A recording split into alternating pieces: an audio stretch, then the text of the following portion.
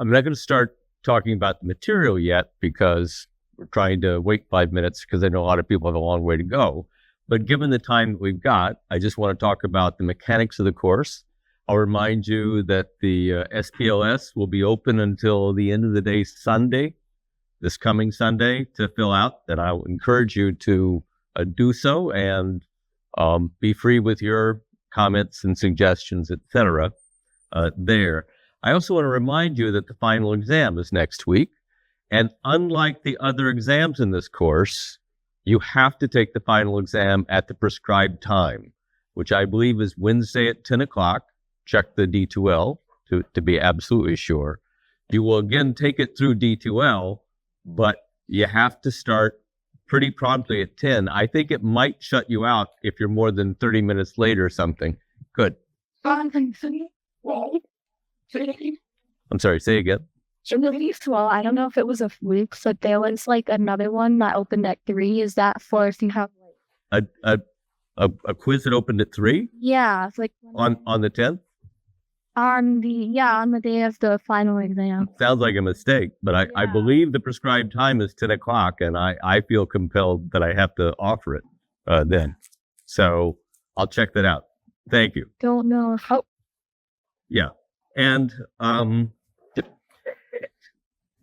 yeah, so I'll check that out, but we don't want that to be the case. What was the other thing about exams? It's 100 multiple choice questions. It is absolutely emphasizing the material we've covered since the previous exam. It's somewhat comprehensive. We have a few questions about material earlier in the course. And any other questions about any of that? Yeah, good. So you can comparable question. Pardon? Say it again. Questions from previous. Yeah. I mean, you may have noticed that we often have Kahoot questions appear in the exams, and we'll probably continue to do that. So, sure, yes. Other questions about any of that?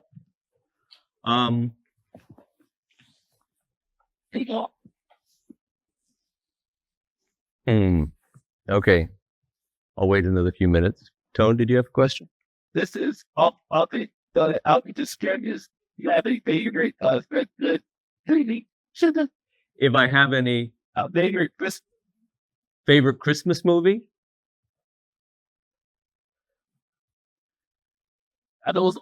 Well, let's see. Well, first of all, what makes you think I celebrate Christmas? Yeah, I know. From the Ozarks, there's only one religion there. Well, it's like I'm taking a psychological test about which we're going to talk about. I'm going to disappoint you. It's probably It's a Wonderful Life. Okay. Which I never saw until I was in graduate school in a theater in Los Angeles, and I was just kind of blown away by it. So, it's about as sentimental as you can get. Yeah, that's solid. Yeah. Hey, any other question? Yeah, you can ask about anything. Yeah. Ask me anything. That's a thing now, right? Has been for a bit. Anyone? Oh, okay, hold on. I don't know. No, lousy. You made an excellent effort to catch a bad throw. Maria? Are you satisfied with your career right now? Like you wish you were D&D said? Am I satisfied with my career? Well, of course not. Right? I mean, if for one thing, I'm hoping that I'm not dead yet, right? So I certainly still have, things I'd like to do. I know, sad, huh? But there you are.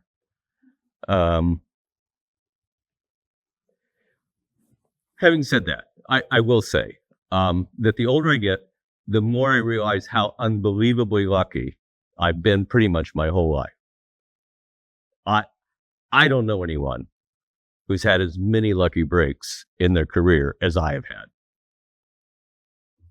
And the older you get, and as you see other people who are just as talented as you are, work harder than you do, and don't necessarily get the breaks, you come to appreciate how much happenstance plays a role in everybody's life, which is not always comforting.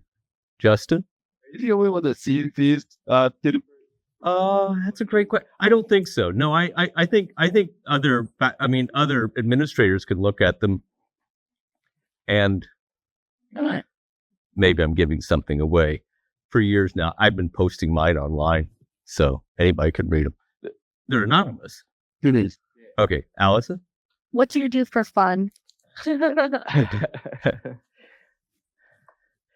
I better get to the material soon because, but I think I've probably said this before. I'm 70 years old, and the only hobby I've had my entire life is reading. Right? It's pretty sad. Golf, woodworking, crafts. I don't know how to do any of that crap. And no, we have to get to the material. One more. One more. What, Amy? Did you get your Spotify Wraps this year? Did I get my Spotify? Yeah, did you get your Spotify Wrap? I didn't. I know what Spotify is, but I don't have an account. Is there something? Like at the end of the year, they give you like your statistics for. Oh, I see. Yeah. I've actually read something about that, but I don't partake. Okay, back to the material at hand. So, we were talking about the fact that natural selection has arranged it that for monkeys, it's not enough to have food and clothing or food and shelter and nutrition and things like that. You have to have interactions with conspecifics in order to make a monkey that has any chance of survival, either in the lab or in the wild. And this requirement that there be social interactions early in life is not just seen in primates. So it's also important in rodents. So, for example, there are some studies that were done back in the 1960s, early 1960s, where people would raise rats, and at weaning, they would either raise them in standard condition, 2 to a cage, or isolated condition, or put them in big cages with lots of other animals who interacted with each other all the time. And lo and behold, animals raised in enriched conditions had heavier brains, thicker brains, bigger neurons with more dendrites than those who were raised in standard or isolated conditions. And I got to tell you, in 1961 or so, when this was first reported, it was widely not believed. How could that be? The first thing they saw as a difference in the brain was the amount of acetylcholinesterase, the enzyme that breaks down acetylcholine. Why did they look at that? Well, they just happened to have a really sensitive assay for it. So the first thing they looked for, they see there's a difference, that experience influences how much of that thing the brain has. And no one's doing these studies anymore because they were done for about 10 years and the results were always the same, i.e., animals in rich conditions had bigger looking, more complex looking brains, and they were better at solving problems. Yeah. So with COVID, how we all went in the ice. COVID, yeah. Younger children or even teens that were raised in that isolated environment, if years from now they somehow do these studies again, would they show a difference? I think everyone knows that the COVID pandemic had an enormous impact. And it's not just, no one, of course, has been killing the children to see what happened with their brains. But in terms of educational milestones and et cetera, it's clear it had an enormous, it will be years, seeing the impact of that, about which more later. And I'm going to switch gears a little bit. I told you that the animals in rich conditions were better at solving mazes and a whole variety of other things, right? And I mean, while they got toys and things like that, it was clear the most important thing is that they were interacting with each other a lot. So again, as with the monkeys, interacting with your peers is a crucial stage of neural development, even in rats. And that then brings me to the fact that these conditions affected their intelligence as, I don't know how that happened, to a famous experiment that was published in 1940 when Robert Tryon, working with rats, did an experiment of selective breeding where he would purposely get male and female rats who were especially good at a particular spatial maze and breed them with one another, meaning they didn't make many mistakes, or those who were particularly bad at the maze and breed them together and then test their offspring. And notice in almost the very first generation, when he tested the offspring, he did this for several rounds of breeding, as you see, 21 generations, long time for rats. What he found was right away, the animals in what he called the maze dull strain reliably made more mistakes on average than the animals in the maze bright strain. And in 1940, this was seen as proof positive that there must be a genetic influence on intelligence, right? Because otherwise, why would it matter who you bred together in terms of the ability of their offspring to solve the problems? What was interesting, and this was widely touted as proof that nature is important for intelligence, and you can see why. On the other hand, as Tryon did other studies, he found something peculiar, which was the maze-bright animals, they weren't good at all mazes. They weren't good at all puzzles. They were only better at the particular maze he used to select them for breeding. And then in another follow-up, it turned out that despite the fact that these different strains must be carrying different genes, that in fact, the difference in their performance was only seen when you kept them in standard conditions, 2 males to a cage. If instead you put them in a single cage each, they all did poorly. And, they all did poorly. They all made lots of mistakes. Or if you raised them in a rich environment, the difference between the two strains was erased. So even though they were carrying different genes that were important for this particular maze learning ability, if you gave them all an enriched environment, the differences disappeared. They all benefited. Or for another example, if you take male rats and raise them in a cage by themselves after weaning, or put them in a cage with another male rat, it turns out male rats, male mice, male monkeys, male humans do a lot of play. And in general, there's a sex difference in the amount of rough and tumble play in all those species, been seen repeatedly. And what happens if you raise animals in isolation where they don't have that access to play, that there are certain parts of their brain that are going to be smaller when they grow up than if they were allowed to play.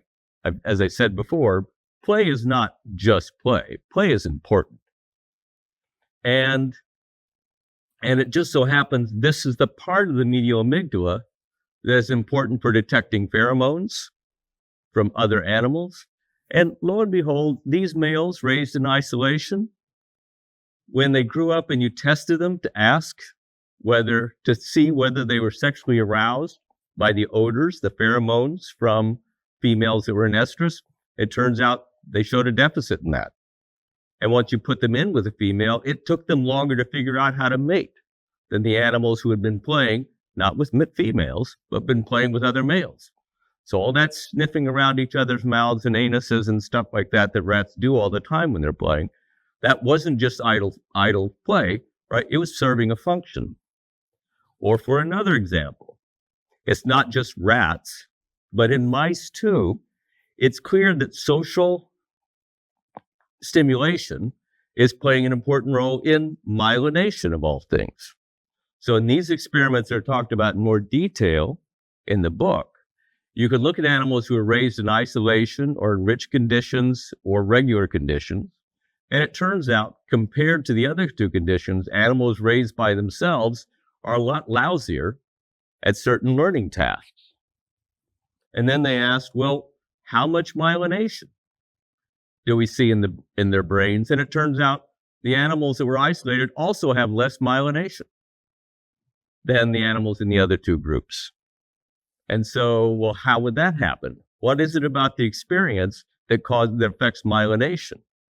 And so they found that if they knocked out the receptor ERB, remember, axons produce neuroregulin to stimulate Schwann cells and oligodendrocytes to myelinate them. And the more neuroregulin they put out, the more they get myelinated, and the receptor for neuroregulin is ERB. Well, if you made a point of using Cree-Lock's technology to knock out the ERB receptor at a particular in the first 2 weeks after weaning, then it turns out two different myelin proteins were reduced in expression.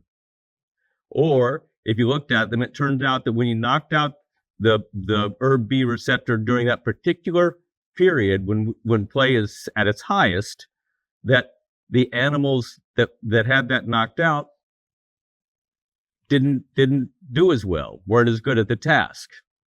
And then finally, they also showed that the animals differed in terms of how much they expressed neuroregulin, specifically neuroregulin isoform 1, neuroregulin gene 1, specifically neuroregulin isoform 3.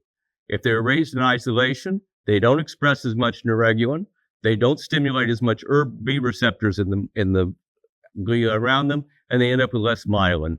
And that may be related to why they're not as good at solving problems. Questions about any of that, please? Yeah, Laura. So this effect of like decreasing the myelination only happens during development? It's a great question. When they knocked out, used the same technology to knock out ERB in the second 2 weeks after weaning, there was no effect. So indeed, there was a sensitive period when social stimulation was important for them to get these benefits of play. Other question? Okay. I'm going to skip the Kahoot I had planned next. Sorry about that. One of the reasons why I'm giving up lollipops, I don't really want to feel cheated. Because I'm going to start talking about a controversial and difficult topic, and I want to be sure that I get through it all, and I want to make sure I'm understood. Okay? So having talked about intelligence in animals, we're now going to talk about intelligence in humans, specifically IQ tests. And here's what we'll be talking about. And there's several things I want to say about IQ tests at the outset. No one thinks that they measure everything that's important about human intelligence. They don't say anything about musical ability, social intelligence, athletic ability. And even for nerds like me, I recognize that athletic ability is a perfectly valid measure of how good a person is as a human being, right? I stand in awe of all those people that have coordination, but I would be the last one to say, oh, that doesn't matter, just because, all I know how to do is read. And so yes, that's true.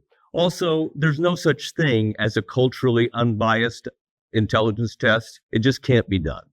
I could talk about it at length about why it can't, and people have made efforts to try to do so, but it's just not true. You just can't. You can try to minimize cultural bias, but it's always going to be there. And that's just a given. Having said all that might be suggesting I'm thinking IQ tests don't measure anything important. I got to tell you, IQ matters. And to my mind, the strongest indications of how IQ matters, there's several studies that have been done like this, which is you give an IQ test or a group of 11-year-olds who were given IQ tests in 1932, when the tests were still, relatively new, but they were basically the same as a modern version of IQ tests. And here's the thing that's compelling.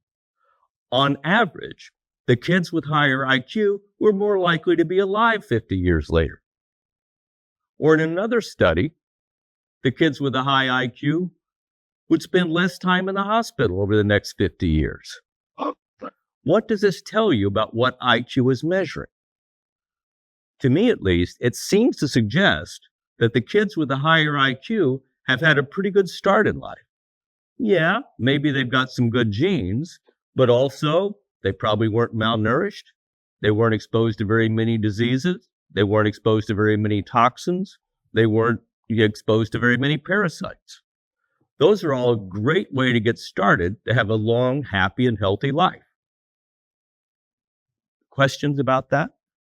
I got something different. So what came to my mind was that maybe folks with like higher IQ, they make better decisions. So for example, they don't go out in the cold, or they don't do drugs. It's a great point, and I agree with you entirely. It could be that another reason why they tend to live longer is they make better decisions. But again, the bottom line is whatever IQ is measuring, it matters, right? It makes a difference in life. And you know, So for other examples, this is one of my favorite. I think I mentioned this before iodinization took place in China. People examined the average IQ of children in villages with low iodine content in the region versus children raised in an area where there's plenty of iodine in the region. And there was a full standard deviation difference in the average IQ of the two groups. And that was because there was a nutrient that nobody knew at the time was important.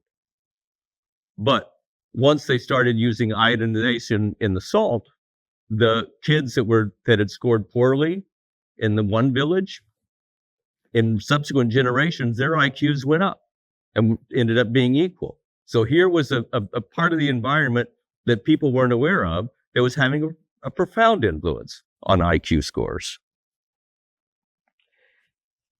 And yet, or another reason to see how IQ matters is, I'm going to talk about this up here in a moment. You can look at people and ask how much money they make. And on average, people with a higher IQ tend to make more money than people with a lower IQ. And you might say, well, maybe people with a higher IQ are more likely to go and get an education. And that, of course, boosts earnings in most cases. And that's certainly true. But even if you look within those people that get the same amount of high school, either graduate from high school or 2-year college or 4-year college, it's still true that those with the higher IQ, given the same amount of educational attainment, tend to make more money over life. And I'm sorry, I'm as idealistic as anyone else, but you know, having money and resources makes a difference. Yeah. Question. I took a psychology class in high school that said you'll only have an IQ high as your parents. It said you'll only have an IQ as high as your parents, and that's totally wrong. I'll explain it. And talking about income, in fact, one of the most consistent findings in IQ research is there's a good correlation between the socioeconomic status, SES, and IQ. The higher the socioeconomic status, the higher the IQ. And in adoption studies, kids that are adopted from a low SES into a family with a high SES, quite consistently the finding is those kids, they will end up with IQs that are higher than their biological parents. And in fact, their IQs won't be any different from the adopted family they were raised in. That's been seen over and over and over, which is to say, Tryon's experiments notwithstanding, environment matters for IQ. Questions about that? Having said that, I want to caution you about something, which is these are statistical relationships. I'm telling you about what happens on average. And when you get big groups, you can see the differences in income, right? On average. But you can't use this to make a prediction about an individual. I can't tell you that a person who has an IQ of 115 and a person randomly selected has an IQ of 100, I don't know which one of those is going to make more money or go to school more, right? If you give me big groups of people with an IQ of 100 and 110, now I'll make some predictions about the average differences between them. But just like looking at digit ratios doesn't provide you with any information about a person's orientation, knowing their IQ doesn't tell you much about their income. And here's one of my favorite examples of that. Here is a look at people in very many different kinds of occupations and the range of their IQs. And notice that if you look at people that have an IQ of 95 to 110, they could be in any of those occupations. Put another way, there are college professors that have lower IQs than some custodians, which if you've been around the world very much, I hope doesn't surprise you very much. So these are statistical variations, statistical relationships, but they don't offer predictive value about individuals, only about groups. Questions about that? Yeah.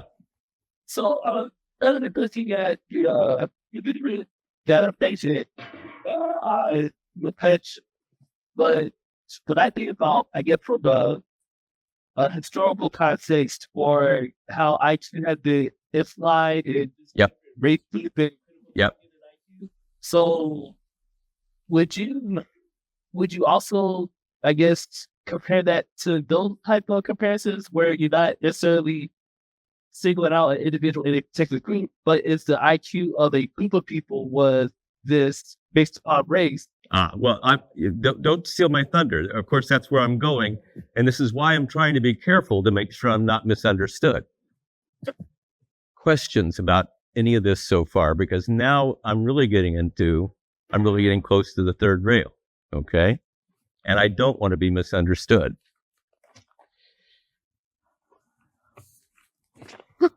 But I better look to see what's in my notes. And there's also no doubt that IQ has a heritable component. None at all. The main way this has been determined over the years is by comparing relatives. So here we are comparing different sort of relatives and keeping track of the correlation of their IQs. And the thing to zero in on is that if we compare dizygotic twins who are the same age as each other, but share only half their genome, versus monozygotic twins who share all of their genomes, notice that the correlation between monozygotic twins is higher than the correlation between dizygotic twins. The most likely explanation for that is they're more similar because they're sharing more genes. And that's pretty hard to get around the idea there must be an influence of genes on this IQ test. On the other hand, or the third hand, if you will, notice that even that when monozygotic twins are not raised together, but are raised apart, the correlation isn't as good. And so that's telling you that, yeah, environment matters too. The way heritability is often calculated is you take the difference between the correlation of dizygotic and monozygotic twins, and you assume that that difference, which here is about, let's say it's about 27, you assume that that difference in correlation is due to the fact that they share only half their genes, and therefore that overall genes are probably contributing about 54% of the variance in IQ. And that heritability statistic, you'll hear it bandied around a lot, but I want to warn you, this is what it means. It means that 50% of the variation within the population is due to variation in the genome, the genes they carry, which, please note, indicates that the other 50% of the variation must come from something else, not genes. Questions about that? Yes. The back just monozygotic minus dizygotic times 2. Yeah. So what does that get to be 54? And that's, and I would say people have done these estimates a lot of times, and the results are always the same. And I'll leave you with a thought problem that I'm not going to address, which is a curious thing happens. This heritability estimate is only applicable to the population in which you compared the relatives. And so another consistent finding is that when people look for heritability rates in low socioeconomic status individuals, the heritability estimates are lower. Whereas when you do heritability estimates in high socioeconomic status families, then there seems to be more of an influence of genes. And I'll leave it to you to think about why that might be. The only difference between them is in the environments, not in the genes they carry. And if you're thinking, most of you have probably never taken an IQ test per se, but those college advancement placement tests, et cetera, that you take, SAT, ACT, basically they measure the same thing, different scale, et cetera, but they're tapping into this same thing that does seem to matter.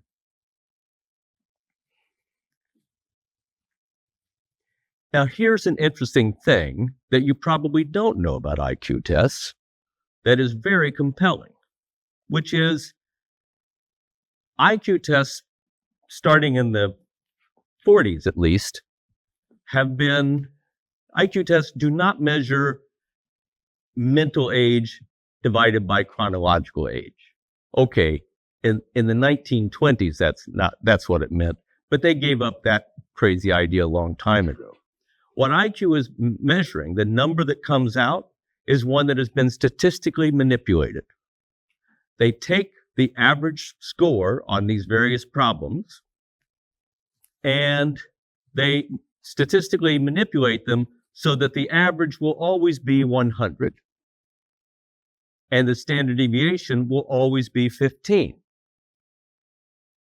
And that's convenient for lots of reasons. And I won't talk about the normalizations they do to come out that way. Just trust me, you can do statistical manipulations where you still keep everyone's relative position the same, but you make sure that the average is always 100 and the standard deviation is always 15. It's kind of trivial, actually.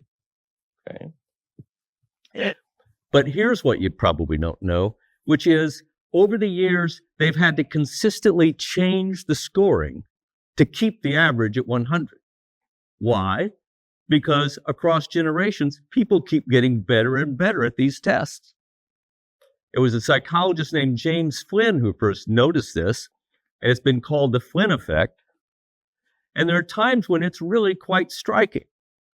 So here we have IQ scores based on the sort of test you took in 1918.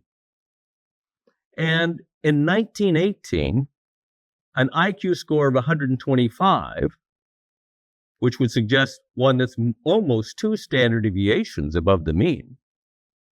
You see why it's convenient that the average is always 100 and the standard deviation is 15, is above the mean. But if you scored them the way 1995 tests were scored, they'd only get a score of average. So a performance on an IQ test that would have been outstanding had someone showed it in 1918 is really pretty run-of-the-mill in 1995.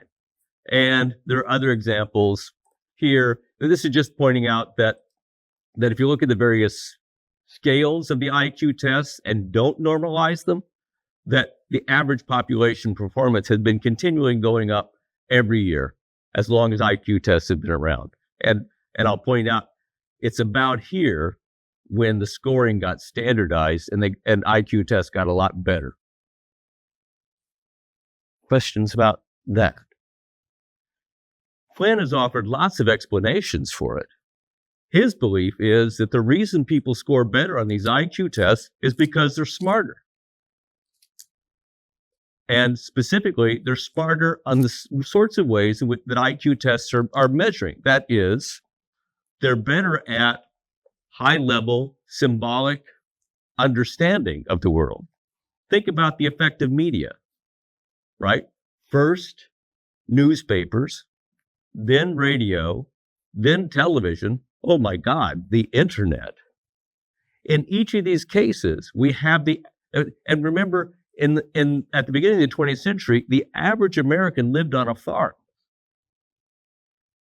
and was really good at repairing farm equipment, but didn't do very well on IQ tests. Question. People are really hyperbolic about it, but I've seen some teachers saying that like we might see an end of the Flynn effect. Have we see it like slow down a little bit? It's a great question. Will the Flynn effect go away? You can imagine that it might asymptote, right? But I would suggest it's an empirical question. Looking here, I'm not seeing any slowdown. Yeah. But individuals tested like 50 years later or 30 years later, they're not showing. Oh, the interesting thing is that IQ tests are really reliable. Mhm. If you give someone an IQ test, I don't know, they would give 30 years apart, but if you give them an IQ test, 3 different IQ tests in the course of a year, their score tends to be about the same. Mhm. The fact that they're reliable doesn't mean they're valid, of course. But the fact that there are all these statistical relationships between IQ and things that matter in life suggests that they're not just reliable, they're valid. And people work hard to make sure they're valid, right? But over time, like you say within a year, but say within 10 years, They, increasing along this, decreasing or? well, I mean, I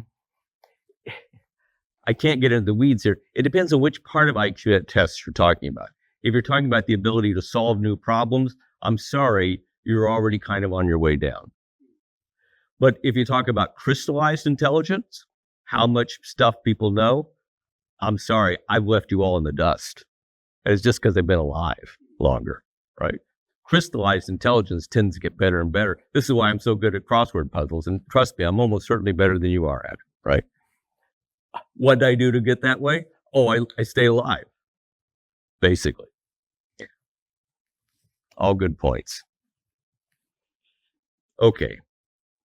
Now we get to the elephant in the room, which is, again, from the beginning of IQ tests, the very first ones, and once they started measuring in this sort of modern way, there's been a very consistent finding that you've almost certainly heard about. I'm going to add to it bits that maybe you haven't heard about, which is that if you look across Americans, on average, Jewish Americans have higher IQs than Asian Americans, who have higher IQs on average than white Americans, who have IQs on average higher than Black and Hispanic Americans. How many of you had heard about the Jewish and Asian differences before? Okay, but not most of you. I'm not going to ask you how many heard about the difference between white and Black people, because you all have heard that, right? And I will say that one of the things that bugs me about these discussions is that you will hear people say, especially when it's time for budget cutting, et cetera, that we need to stop spending money on these programs trying to help Black people and Latino people end up with higher IQs, because they're never going to catch up with the white kids anyway, supposedly, right? Interesting speculation. It's an empirical question. Let's wait and see. But they never say, let's stop spending money on the white kids' school because they're never going to catch up with the Asian kids anyway. Right? Very selective in terms of what this means in terms of public spending. Okay, enough off that soapbox. And in fact, one of the things that's been pretty clear is that the average difference between Black and white Americans on IQ tests was cut in half in the first part of the 20th century and seems to be continuing to get smaller in the difference. So the question, of course, is why are these averages differences there? Is it because of average differences between them in terms of the environments they grow up in? Or is it due to differences between them in the genes they happen to carry? And this is the crux of the issue that you're now prepared to actually understand at a level that most of your fellow citizens are not. Okay? And I want to make sure you get the message. Yeah. I'll telegraph the main message. There is no evidence that the differences between these groups has anything to do with the differences in the genes they carry. I don't care what you've heard. I'm telling you, there's no evidence of that. And it certainly hasn't been proven, right? There's a sort of evidence that's just interesting enough that people argue about it. And I first heard this crap when I was an undergraduate. And for the 50 plus years, the argument's still going on. And 50 years ago, we already knew that nobody knows the answer to that question and that they can't possibly know the answer to that question. Think for a moment about how we would, and here I'm pointing out one of the reasons kids in low socioeconomic status have lower IQ is we know there's a relationship between exposure to lead and IQ. And guess what? There's more lead exposure in low socioeconomic status housing. Why? Because once the problems with lead were identified, guess what? People with more money were faster to get the paint out of their houses than people who didn't have as much money. Perfectly obvious. And who knows how many other toxins are out there that are affecting IQ and they haven't been identified yet. Questions about any of that.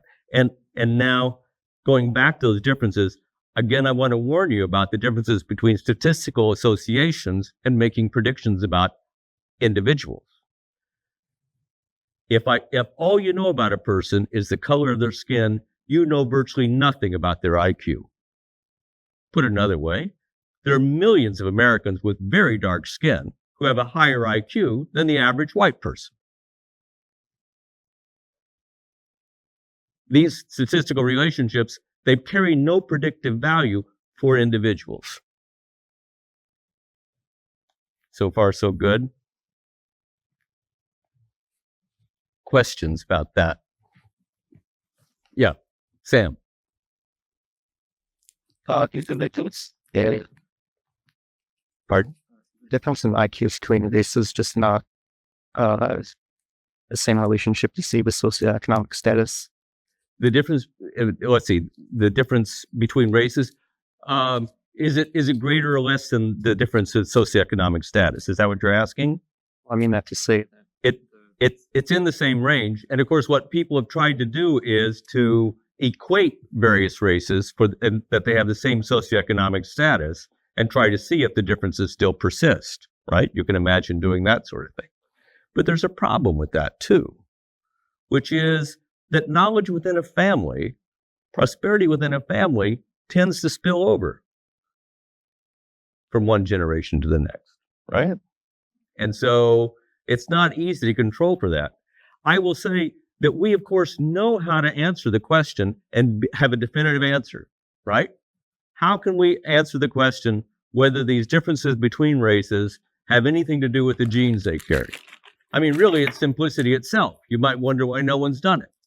Take a whole bunch of kids of various races, newborns, randomly distribute them across families of different races and different socioeconomic status, raise them in a society where there's no racial stereotype suggesting that people with one color skin have a different IQ than another, let them grow up, and when they're 12 or so, give them all an IQ test and see whether the kids with one skin color have a different IQ than the kids with another skin color. Who wants to do this for their dissertation topic? Well, yeah, plus there's those laws they passed at Nuremberg means you can't do that. And where's this non-racist society they're going to raise people in anyway? Oh, well, I haven't got one. Interestingly, way back in 1960, someone found a way, I'm going to come back to this in a moment, to approximate that ideal, which is after World War II, there were lots of American soldiers stationed in Germany. And many of those GIs had relationships with German women and fostered offspring with them. Some of the GIs were black and some were white. And at that time, the average difference in IQ between black and white Americans was exactly the same, whether you looked at the general population or if you looked at servicemen. So if the black GIs were carrying genes that made for a lower IQ than the white GIs, then you'd expect that their offspring would show a difference. And when they actually looked, it turned out there was no such difference. The black offspring had the same IQ as the white offspring. Right? And I will say that one of the things that were peculiar at that point, I'm not going to say that after World War II, Germany didn't have lots of people with very racist thinking, right? That would be pretty absurd. But there had been very little exposure of the German people to black people up until that point. Very little such exposure to that. And so there wasn't the stereotype about the difference in intelligence of black and white Americans. By the way, you notice that the average IQ of these kids isn't quite 100. And that's probably because, in general, they were in a relatively low socioeconomic status. Questions about that? Good. So it's IQ. Pardon? Someone like increase their IQ. Can you improve your IQ? It's a great question, and it's one where we could have where there's just enough data to argue and not to answer. In general, across the lifetime, if you look at the IQ scales and it's someone whose lifetime isn't part of and you keep the same scales, they seem to be relatively stable. Starting about as a teenager, 12, 15 years old, something like that. I guess on that, like if you have a kid that was born in a low socioeconomic status family and you take that kid early in life and you like offer that kid like better education, stuff like that, could that it's been done many times. If you take the kid, especially as a newborn, and you adopt them into a family with a higher socioeconomic status, they will have a higher IQ than they would have had you left them alone.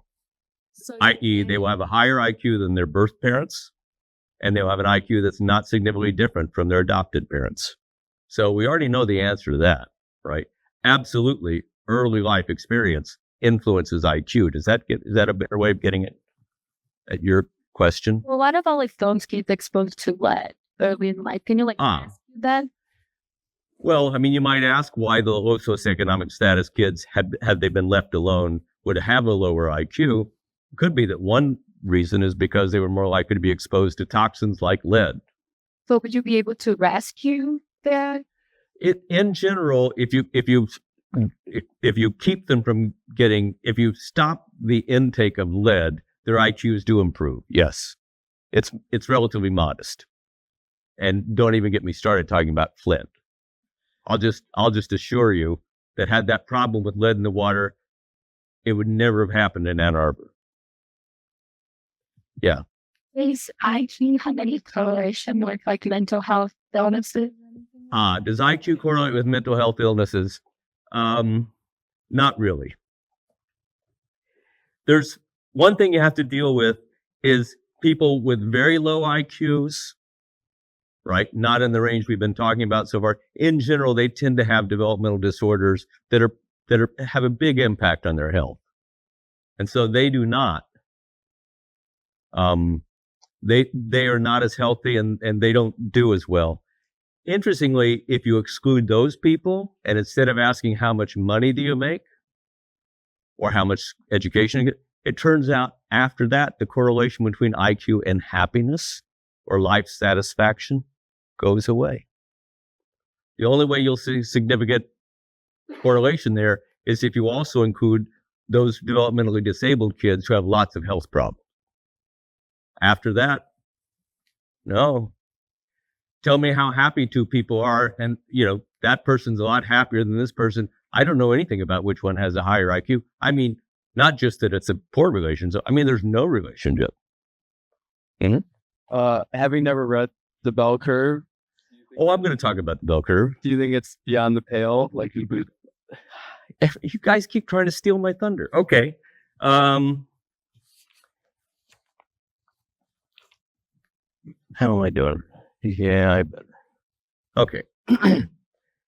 Let's talk then about the bell curve. This book by Charles Murray. You've probably heard of it.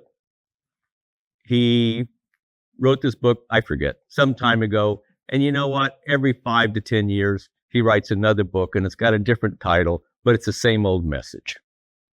And it is one that talks about these average racial differences in IQ and suggests that this might be due to differences in the genes they carry. Now, if you read even the bell curve or any of these other books, if you read them carefully, you'll see that Charles Murray is perfectly aware that there's no proof that these differences have anything to do with genes. If you read, find all the footnotes, etc., it's quite clear that he understands that there's no such proof. And here's a question. How come the next time he writes a book, do you think he's going to lead with that?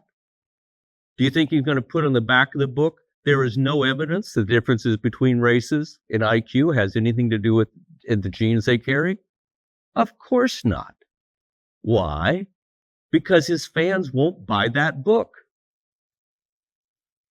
He's got, and if you question him, he'll say, well, I'm just asking the question. I'm just a poor, honest scholar, just asking you questions. Is it okay to ask that question? I did. Of course it's okay. But at some point, why do you keep asking a question when you already know you cannot answer it definitively? Oh, because you'll sell books, you'll get invited to give lectures, you get to go around campus, etc.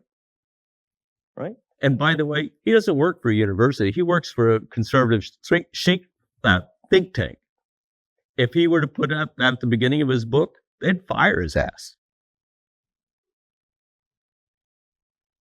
He'd be out of a job, right? There's no academic freedom there. He's got to keep talking. He's got, and I will say, I'm not suggesting that all the people who support his ideas are racist. I'm not that stupid any more than I think all the people who voted a particular way in the last election are racist. I think that's crazy. On the other hand, there are racists out there, and believe me, they eat this stuff up. They're eager to hear it. And few of them voted for a black woman, I'm sure. I'm not saying that the majority of people who voted for the other guy are racist. Is that clear? I don't believe that. I don't believe they're stupid. I don't believe they're racist. I don't believe they're mean. I disagree with them on certain things. You might too. But that doesn't mean that they're bad people. Yeah. In your way, how would you interpret the statistic based on IQ test? Which statistic based on IQ test? I'm sorry. This everything, because you want it to be more individualized on that level, which I agree with. But how are we? No. I tried to make it clear. I think IQ tests measure something important, and I think it's worth making efforts to try to bring everybody's IQ up, because I think it's, keep them from toxins, just protect them from disease, give them good health care, make sure they're nourished, right? Everybody benefits from that. Yeah.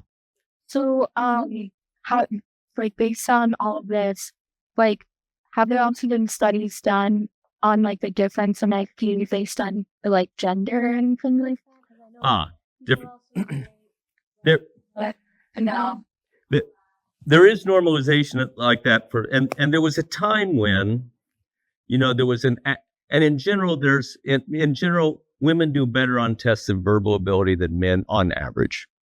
And there was a time when men did better on tests of math ability than females on average. And in my lifetime, that sex difference has been shrinking. Anyone think it's due to hormones or genes? Gee, I wonder what's changed. But for the most part, and I'll say those differences are pretty tiny. They always were. the average differences. Okay. And I've said other stuff up there, but you can read it for yourself. So,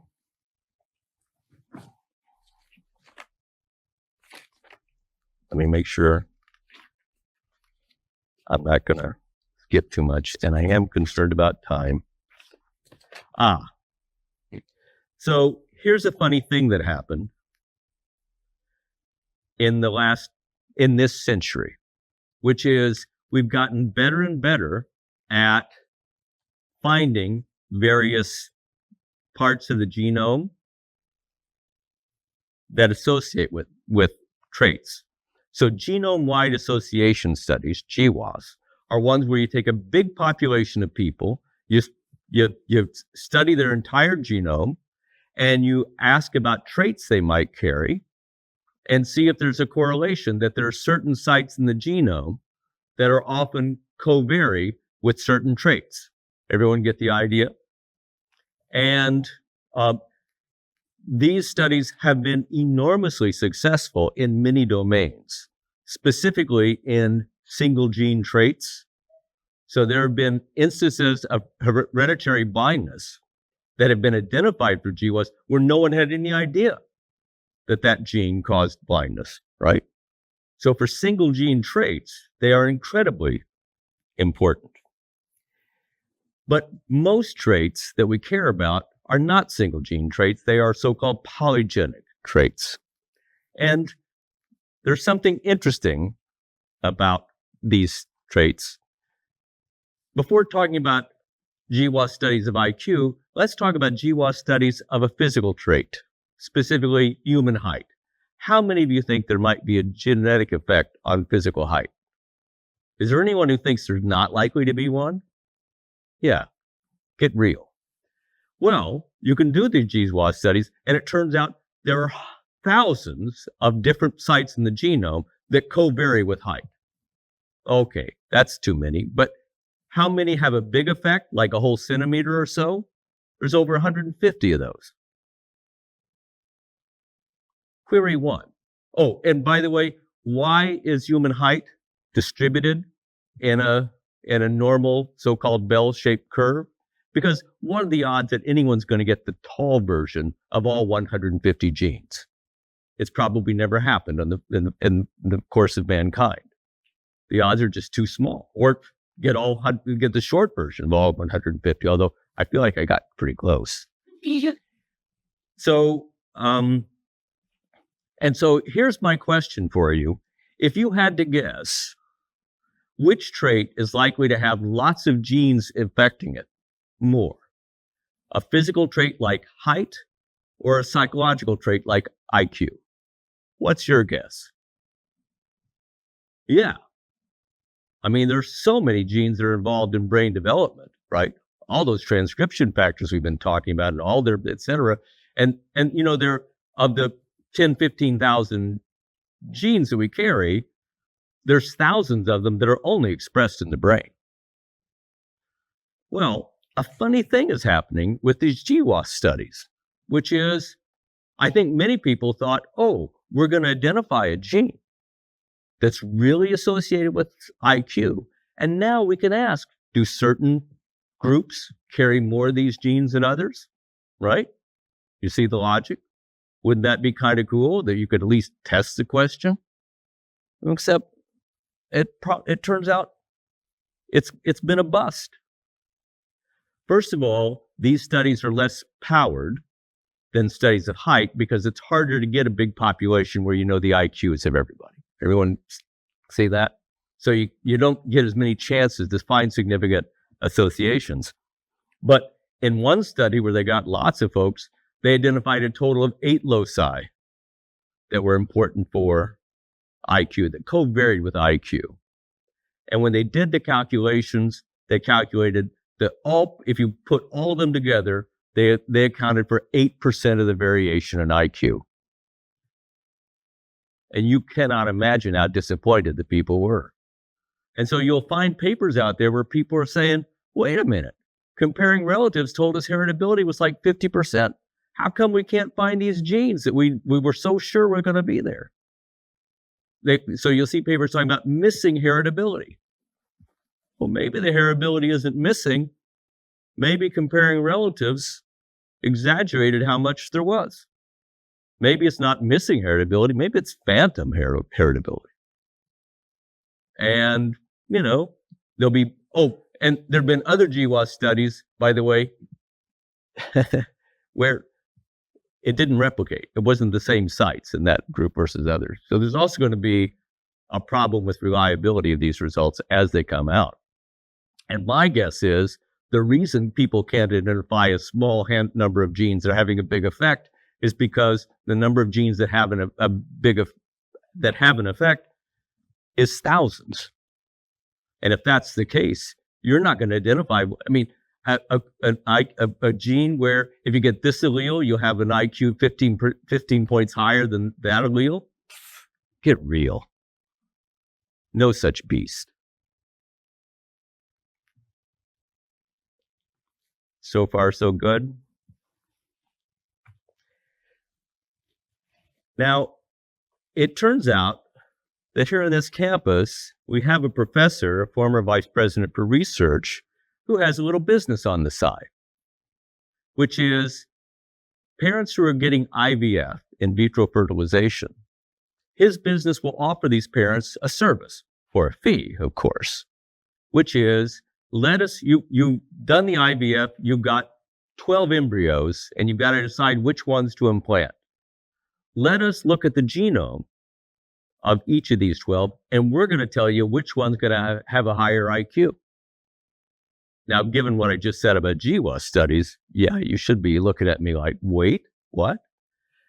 Whatever the ethics of this situation, of charging these desperate parents who are desperate to have children.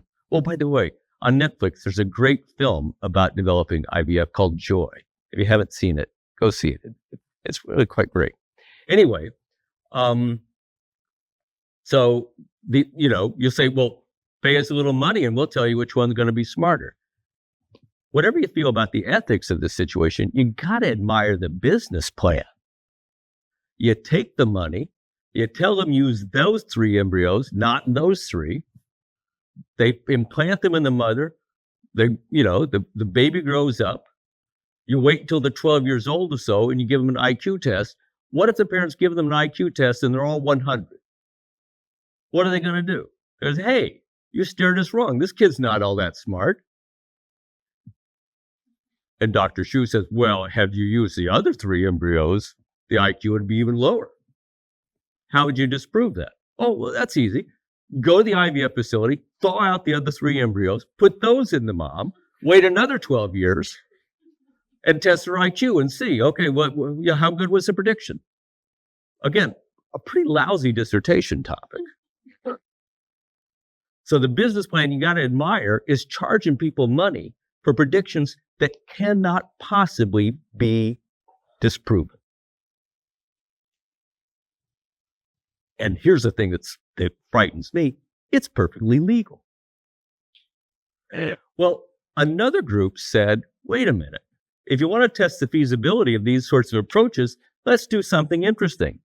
Let's look at human height.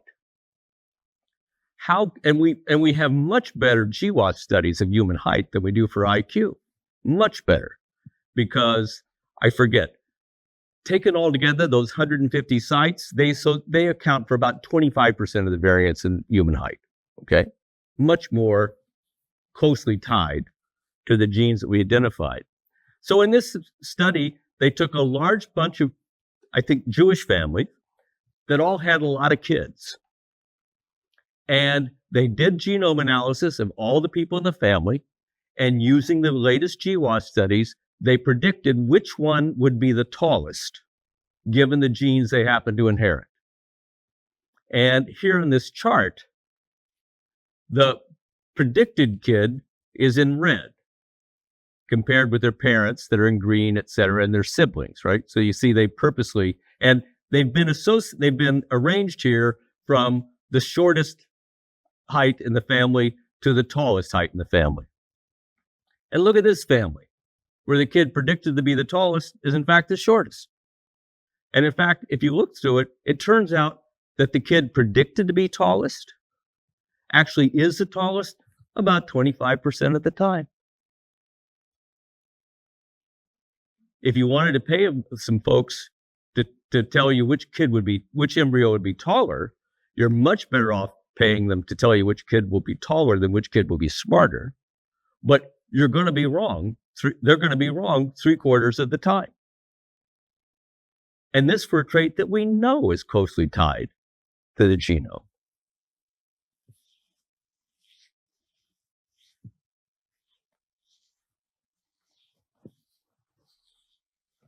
Okay. Questions? Huh? If you haven't noticed, if you ask a question today, you get a lollipop. I mean, I'm not going to give you two, but yeah. Say for a psychological trait, how big are the genome, like how many participants in these genome studies are there typically? In general, there's no point in even doing the studies unless you have thousands of people, right? And in some of these studies, like for height, I think there are like 100,000 people where they know both their genes and their height. And this is one of the things that's been possible because of all the jumps in the technology to make it cheaper and cheaper to analyze somebody's genome. Are they paying for people to get their genome fully sequenced, or? I don't remember. Probably someone's paying for it because hardly anyone's doing getting their genomes synthesized. Laura? I'm confused as to why some of the groups, they don't show the parents' height. Oh, well, in some cases, one of the parents is dead. Oh. But hopefully you don't see any cases where there's 3 green things, because then that would, I don't, they're raised on a kibitz, maybe. I don't know. Yeah. There's things like genetic things, I guess it was like 23andMe and those sorts of things because I know sometimes they do like offer not just like health analysis, but also try and like offer like, oh, we'll look in and see, like we'll try to fit a living. So how accurate are those predictions? Usually not accurate. And if you read them carefully, you'll see they know perfectly well that they're not terribly accurate. Now, I will say there are some traits for which we know particular genes we talked earlier about ApoE.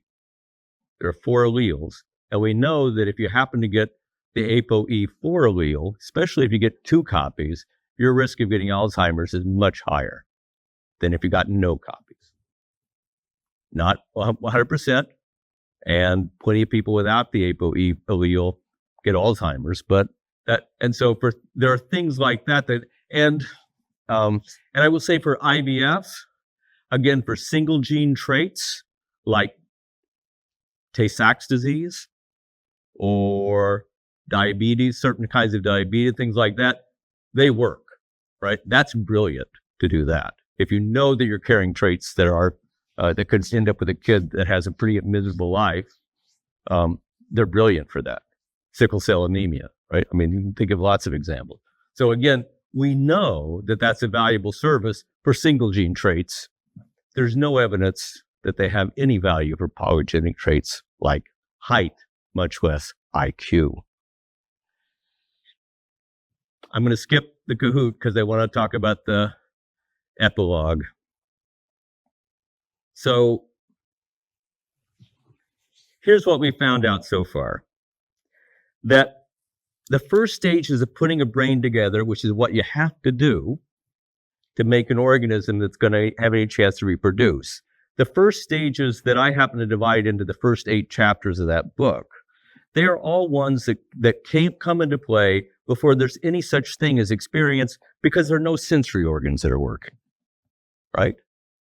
So clearly, genes, I think Plato would have called them souls, play a big role in putting together a nervous system that's going to work.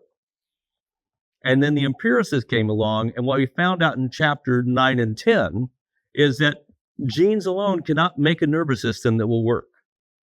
You've got to have sensory experience for the sensory systems to work, and you got to have sensory systems working, and you've got to have exposure to peers in order to have any chance of getting to reproduce someday.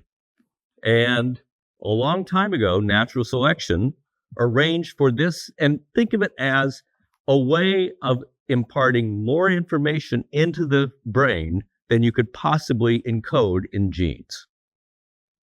You skip that part. I know how to get more information in their brain.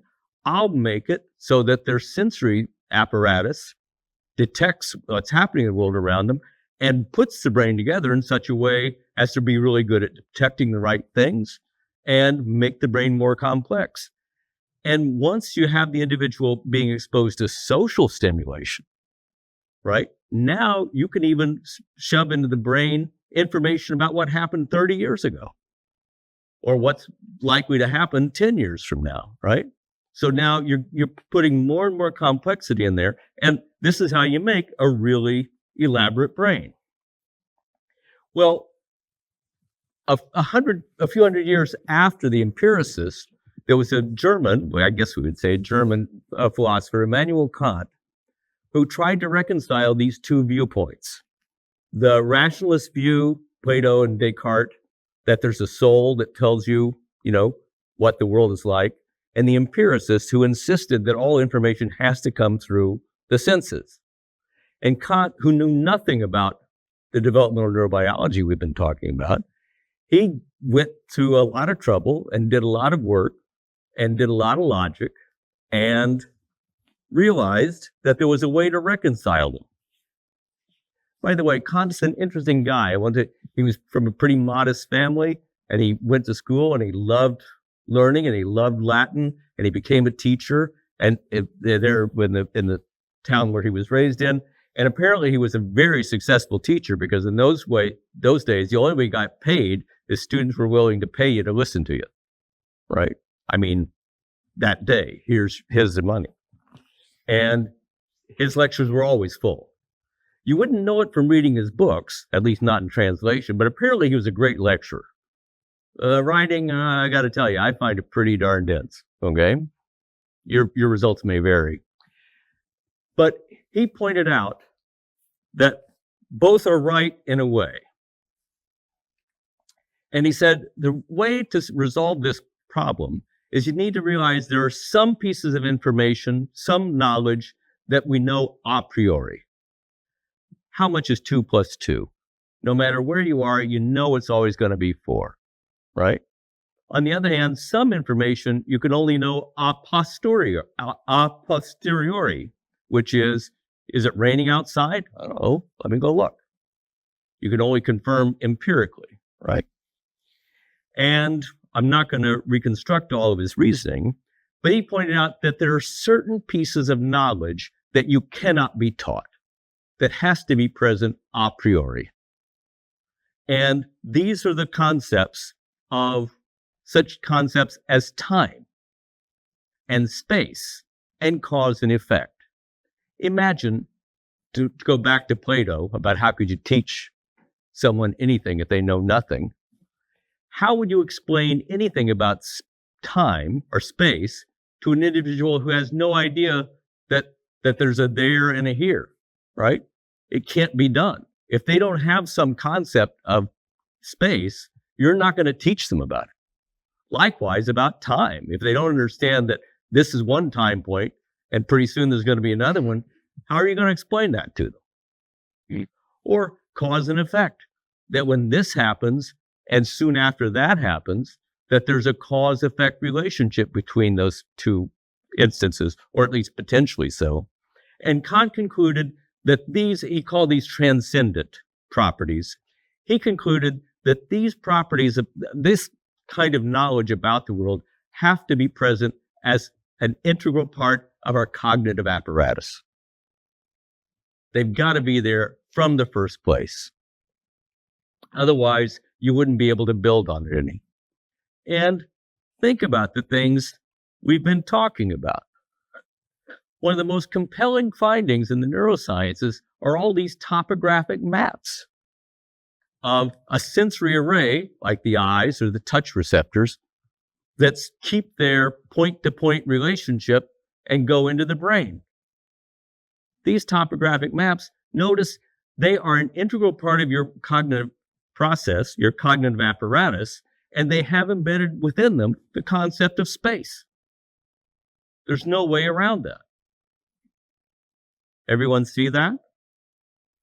And so, and as we saw when we were talking about frogs, you were wondering why I was talking about frogs so much.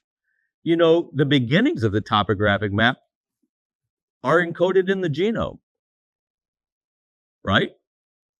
Sperry's frogs, their retinal ganglia cells reestablished the old relationship they had in the tectum.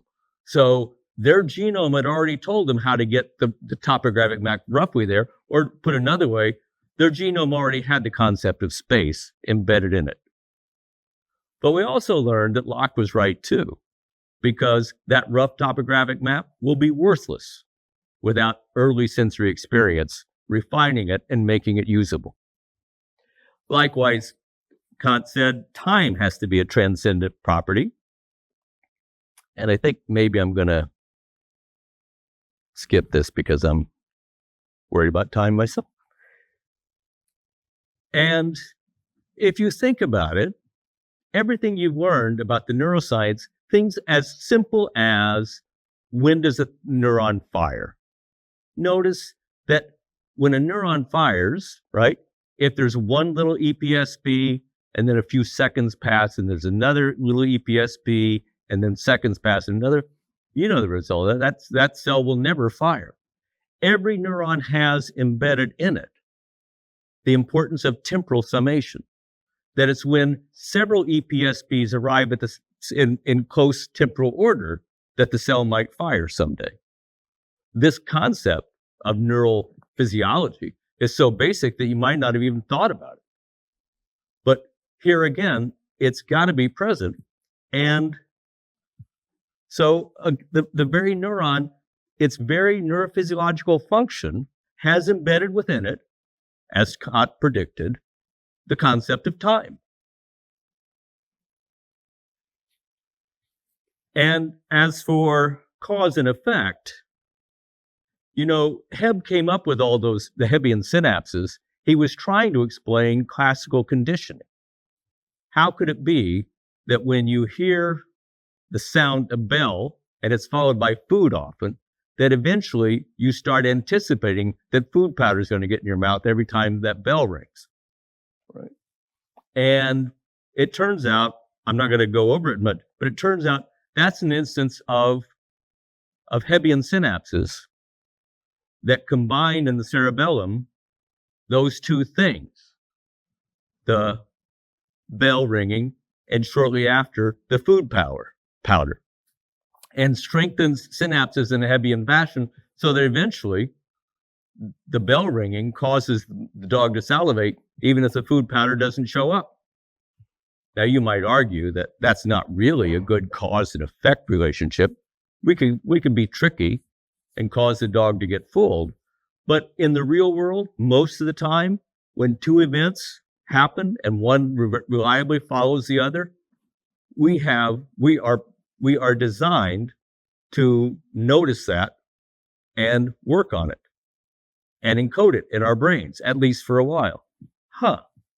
The transcendent concept of cause and effect is an important part of our cognitive apparatus, just like Kant said it had to be.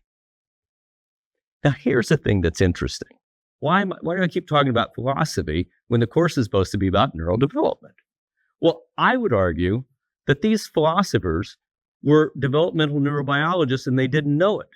They knew nothing about neurons, but they were wrestling with the very same problems that starting in the late 19th century, the developmental neurobiologists were wrestling with. How on earth do you make a brain that complex with so little to work on? Right? And so the research we've been talking about in developmental neurobiology, I would argue that those scientists were just asking the same old question that the philosophers had already answered 200 years before. And I think for the most part, none of the scientists realized that this question had already been answered.